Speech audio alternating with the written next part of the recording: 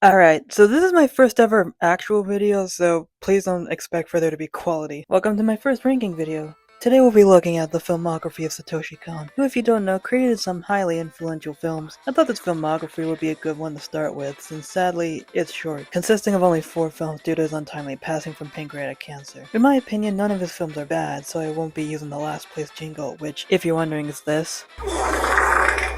I thought this would make for a good test run, if you will, to practice my critical analysis abilities. With out of the way, let's get to it. Make your dreams come true!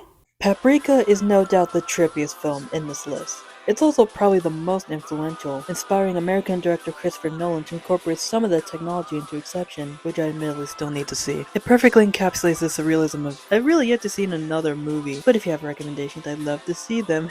Wink wink. The story follows Paprika, the alter ego of a neurologist, and her team of scientists as they try to figure out what's causing their dream recorders to malfunction and keep people trapped in their minds. The first half is a little slow, as we follow J. Jonah Jameson as he solves a murder mystery. Things don't ramp up until the 45-minute mark when the dreams of everybody trapped begin to merge into one massive shared delusion, eventually spilling out into the real world. It's a really fun time if you're patient enough to get through the first half. It's a Christmas miracle. Tokyo Godfathers is the one Satoshi Kon film that doesn't include characters like phasing in between worlds, and it's pretty fun. This one is definitely the most humor focused. The expressions of Hana and Miyuki are hysterical and are easily the highlight of the film. This one is definitely the most interpersonal of the bunch, shifting the focus on the relationships between the characters. It also makes for a pretty great non-traditional Christmas movie, as it doesn't focus on the holiday itself, but rather on family, and these 3 down-on-their-luck people all working to return a baby to her family. Go check it out if you haven't already. It's a pretty good time.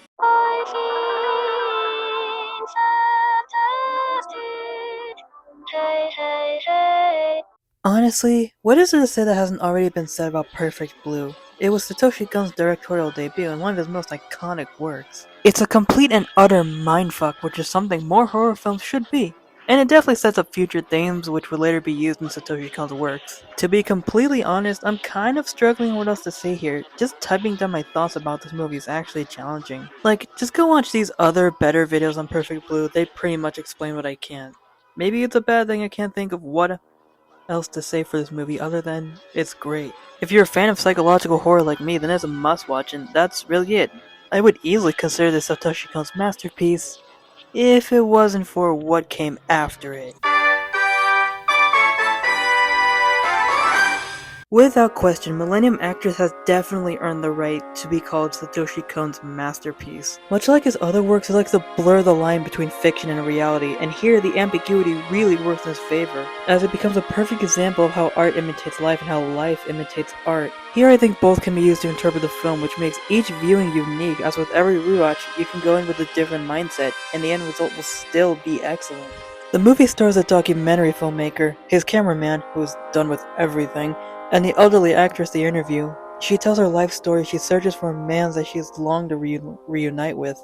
I'm not gonna spoil it, and I'll definitely make a full analysis on why this movie is great. Just go watch it for yourself. As of this video being up is free on Tubi, not sponsored. Seek it out and witness Satoshi Kon's masterpiece for yourself. And there you have it, my ranking of Satoshi Kon's films. I thought this would be an interesting thing to do since I haven't seen many people do this. That's really my goal, to rank films that not many other people have.